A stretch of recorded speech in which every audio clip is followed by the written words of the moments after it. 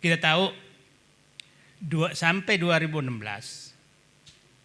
saya menganggap beliau masih memihak kepada rakyat. Sampai menteri-menteri yang memihak kepada rakyat itu diberhentikan. Kita tahu semua saat itu Rizal Ramli diberhentikan, Sudirman Said diberhentikan, kemudian Anies Baswedan diberhentikan, Ferry Musilaban almarhum diberhentikan. Jadi hampir semua menteri yang menyuarakan kepentingan rakyat itu diberhentikan. Dan digantilah dengan menteri-menteri berbasis pengusaha. Jadi terjadi perubahan di 2016. Dan sampai sekarang sebagian besar menteri berbasis pengusaha. Dan Pak Gatot, Pak Batiar Fransa pernah di kabinet. Terbayang nggak menteri-menteri itu kalau berkumpul pengusaha itu, apa yang kira-kira dibahas? Saya tidak melihat lagi ada menteri berbasis aktivis dan memperjuangkan rakyat. Sekarang tidak ada. Akhirnya terlalu bodoh kita kalau mengharap bahwa ada dalam pemerintahan yang memikirkan rakyat. Jadi saya kaget kalau ada orang yang berharap kepada mereka. Jadi itu tanda belok yang sangat tajam di 2016. Di 2015 kita masih perang. Kejar papa minta saham, kejar Freeport, kejar yang lain. Tapi setelah itu mulai 2017 tambang nikel diserahkan ke Cina. Semua undang-undang yang menghalangi investor itu diubah. Sampai puncaknya Omnibus Law. Itu semua diubah. Jadi saya katakan tikungan kudeta oligarki berbasis investasi terjadi di 2016 dan berlanjut di 2000 dan sampai sekarang.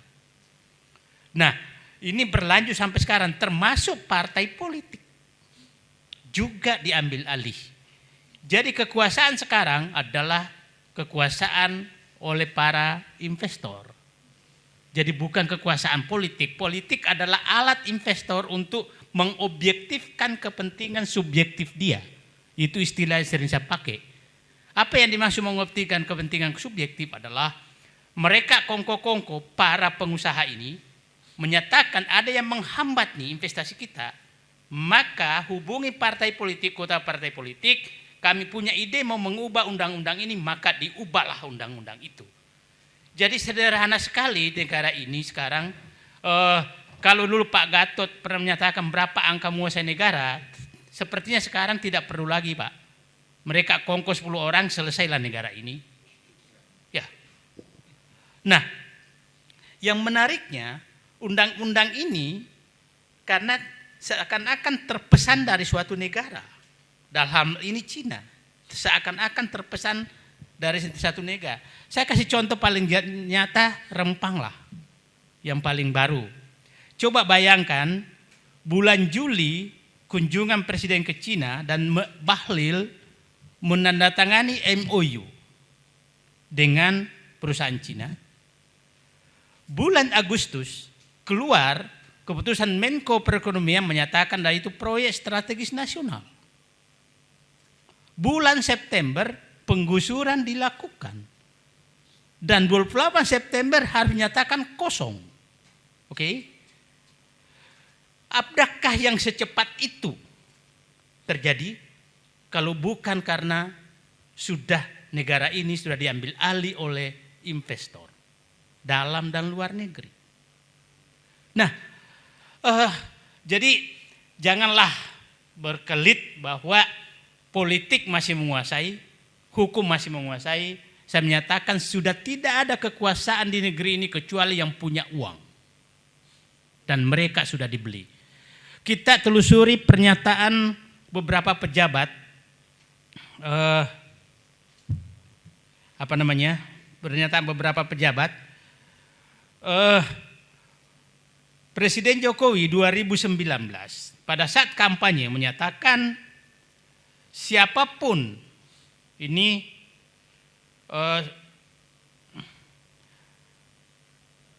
Jokowi soal Muhammad saya akan kejar dan hajar. Coba bayangkan seorang presiden menyatakan kata kejar dan hajar. Ya Pak Jenderal Gatot, kalau jenderal bisa ngomong tembak maka prajurit langsung nembak. Ini presiden menyatakan hajar. Nah, kemudian Jokowi itu tanggal 14 Juli 2019 itu kampanye presiden. Artinya saat itu mungkin oligarki sudah menyatakan keluarkan pernyataan keras kalau mau menang. Karena tidak lagi perhatikan rakyat. Tidak ada pembelaan rakyat saat itu. Adalah kita hajar.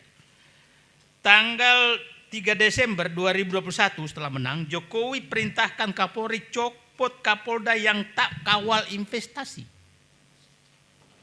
Makanya jangan heran pada saat pesawat mengantar tenaga kerja asing Cina datang ke Sulawesi Tenggara itu dikawal oleh polisi. Dikawal karena akan dicopot kalau dia enggak dilakukan. Nah, kemudian Pak Luhut Desember 2022, 1 Desember, Luhut ancam bulldozer orang-orang yang halang-halangi investasi ke RI. Di bulldozer. Semua kata-kata yang terlalu kasar kepada rakyat demi investasi sudah keluar dari pemimpin tertinggi negeri ini. Jadi kalau yang rempang itu hanya pelaksanaan daripada instruksi tertinggi dari pemimpin negeri ini. Nah, berapa hari lalu Menko Polhukam yang saya sering teman diskusi, yang saya menganggap ini Prof. Mahfud MD, di Rempang bukan penggusuran tapi pengosongan lahan. Saya sampai kehilangan akal sehat memaknai kata-kata ini. Pengosongan lahan itu adalah tujuan. Penggusuran adalah cara. Sama dengan land clearing. Land clearing itu tujuan. Membakar adalah cara.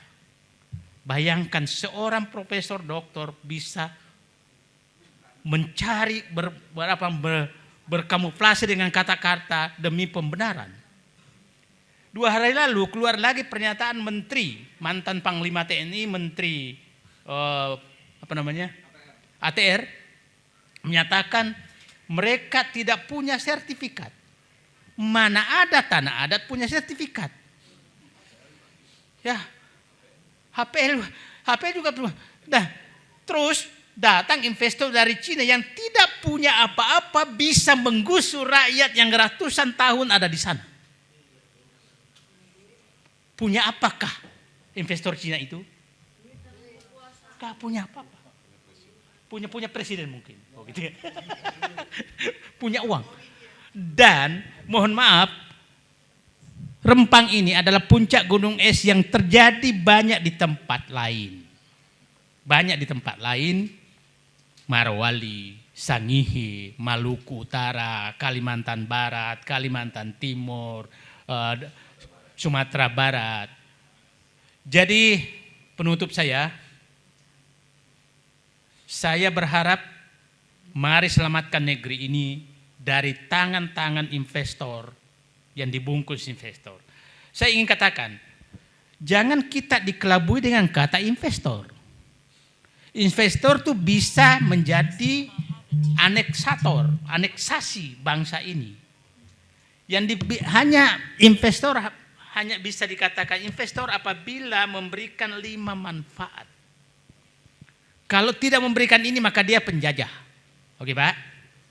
1, meningkatkan pendapatan negara. Yang kedua, mendorong pertumbuhan perekonomian nasional. Yang ketiga, menampung tenaga kerja. Yang keempat, meningkatkan kesejahteraan rakyat. Yang kelima, meningkatkan nilai tambah sumber daya alam dan dinikmati oleh rakyat. Itu baru investor namanya. Kalau 5 hal ini tidak terjadi, maka dia adalah penjajah. Jadi jangan sampai yang diundang mereka ini adalah penjajah. Saya ingin mulai ini. Kasih contoh Marwali. Pendapatan negara nggak ada karena dibebaskan pajak selama 20 tahun. Oke. Pertumbuhan ekonomi tidak ada hanya karena itu langsung ke Cina semua. Ada pertumbuhan tapi itu tidak untuk kesejahteraan. Hanya di dalam angka-angka bukan milik kita. Menampung tenaga kerja enggak karena mendatangkan tenaga kerja asing. Memacu pertumbuhan ekonomi tidak karena bank yang digunakan bank Cina, mesin yang digunakan mesin Cina. Tidak ada sama sekali pembelian apa-apa di Indonesia.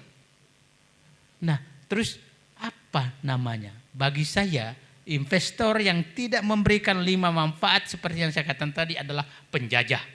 Dan penguasa yang mengundang investor yang tidak menghasilkan hal tadi adalah penguasa yang mengundang penjajah kepada negerinya.